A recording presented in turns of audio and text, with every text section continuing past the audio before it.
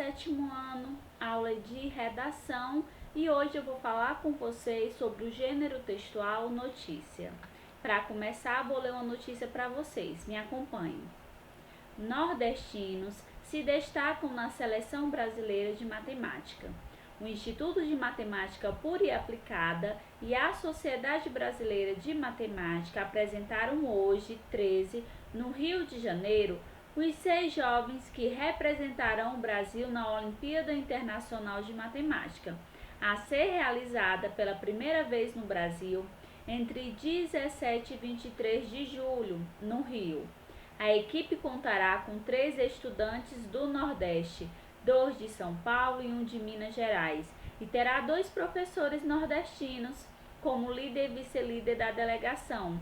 A participação dos nordestinos, segundo o diretor do INPA, Marcelo Viana, segue uma tradição. Não chega a ser surpreendente, diz ele.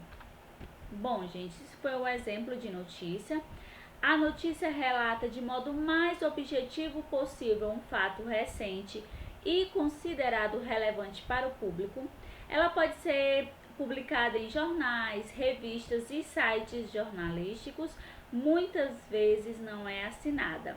Na modalidade oral, pode ser veiculada em noticiários no rádio ou na TV.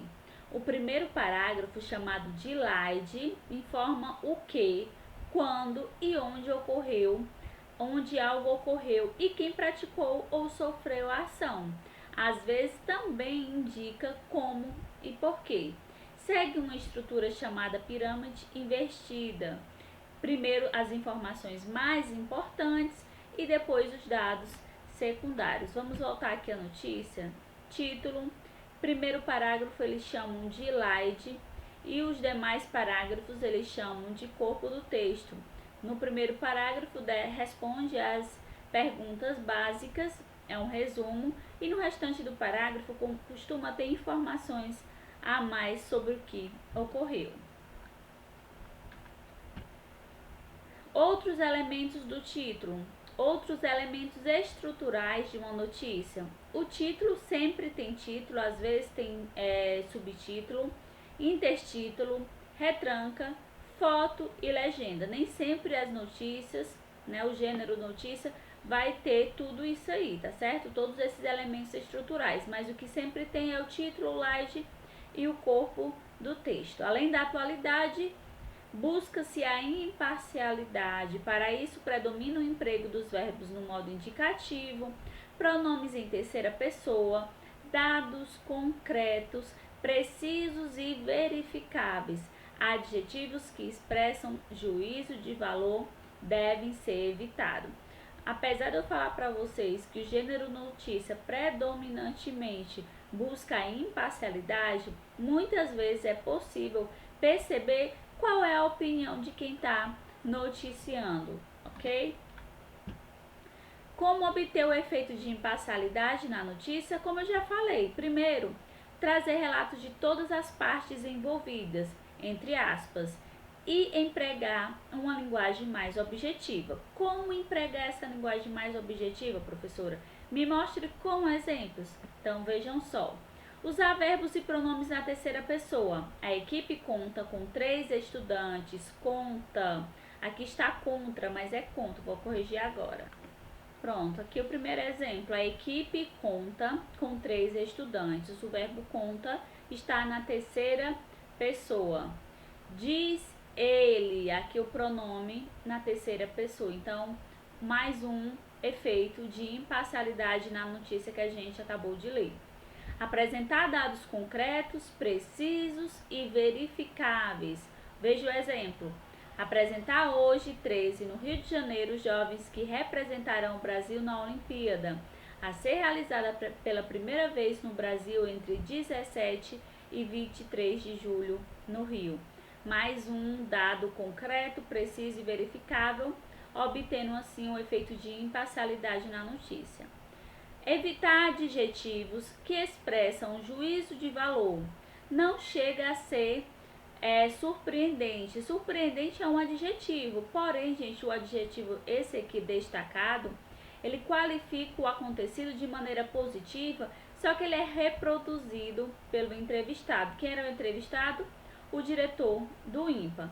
Já nos trechos atribuídos ao próprio redator da notícia, raramente há adjetivos com carga opinativa. Então, se você está contando uma história e quer se manter imparcial, você não pode apresentar aí a sua opinião, se você deseja essa imparcialidade. Bom, agora eu vou falar um pouquinho com vocês sobre o LAD. O LAD está no primeiro parágrafo. Então, o primeiro parágrafo do texto é chamado de LAD e deve responder a 4 questões no mínimo. Quais são? O que ocorreu? Quem praticou ou sofreu a ação? Quando ocorreu e onde ocorreu? Não necessariamente nessa ordem. Vamos a um exemplo. Estudantes e professores ocuparam ontem de manhã o Colégio Estadual Liceu de Goiânia, no centro. É a terceira unidade escolar da região da rede estadual a ser ocupada em 3 dias. No liceu, os manifestantes começaram a chegar por volta de 6 horas e logo fecharam a unidade. Vejam só, estudantes e professores destacados de cor verde responde à pergunta quem praticou ou sofreu a ação. Ocuparam o Colégio Estadual Liceu de Goiânia, destacado com cor laranja, responde à pergunta o que ocorreu. Ontem de manhã, destacado de cor azul e por volta de 6 horas, de cor azul, conta e responde à pergunta quando ocorreu. E no centro, essa expressão destacada de cor roxa responde à pergunta onde ocorreu. Então, é possível perceber que nesse pequeno parágrafo chamado de slide, há todas as respostas referentes a essas perguntas que eu acabei de citar para vocês. O slide também pode responder a 2 outras questões importantes. Quais são elas? Por que ocorreu o fato e como ele ocorreu. Mas se não for possível abordá-la no primeiro parágrafo, isso pode ser feito nos parágrafos seguintes. Bom, sobre o gênero notícia, era isso. Agora eu trouxe aqui algumas informações para vocês aprender a ler e escrever melhor. Na verdade, para aprimorar, para melhorar a leitura e a escrita de vocês. Me acompanhem. Comecei a falar na aula passada sobre coesão e coerência e eu trouxe mais alguns exemplos para mostrar a vocês como deixar o texto de vocês fluir mais facilmente e evitar assim a repetição de palavras, o excesso de repetição de ideias e palavras. Vamos lá? Começando lendo um texto. Um belo dia fui convidado para morar ali no porto, em um armazém onde ficavam os alimentos. A partir do momento em que fui morar no armazém, comecei a trabalhar no armazém. Vejam que todas as palavras que estão aqui destacadas, elas estão sendo repetidas excessivamente. Então, o mecanismo de coesão remissiva evita esse tipo de repetição. E como eu posso evitar repetição excessiva dos termos? Substituindo por outras palavras, pronomes, advérbios. Nesse sentido, os pronomes demonstrativos neutros, por exemplo, isso, aquilo, são especialmente úteis porque podem retomar não apenas palavras e expressões, mas o conteúdo de frases inteiras. Como assim, professora? Vamos ver um exemplo? Primeiro exemplo. Quando você conta a história do outro ou ensina a contá-la, ele mesmo para o mundo, você cria uma ferramenta importante de expressão para aquela pessoa. Vejam as palavras destacadas, o ó, lá e ele. O ó, aqui, ele é um pronome que retoma a palavra outro. O ele é um pronome pessoal e também retoma a palavra outro. Ao invés de eu repetir essa palavra outro aqui, o que foi que ele utilizou? Utilizou a palavra ele. E o lá é um pronome pessoal, variante de a, e retoma outra palavra. Que palavra é? A história. Então, 3 palavras que foram utilizadas para evitar a repetição de outras, por exemplo, da palavra história e da palavra outro. Segundo exemplo. Não era mais o olhar distanciado do estrangeiro, do jornalista que passa algumas horas para apenas registrar uma história, mas de alguém que estava ali, vivendo com eles, compartilhando, conversando, e isso nos aproximou para que histórias começassem a vir à tona. Palavra isso, destacado, o pronome isso é um pronome demonstrativo e retoma toda a ideia expressa na frase anterior. Para não precisar repetir toda essa ideia, foi usado aqui um pronome demonstrativo, a palavra isso. Terceiro exemplo.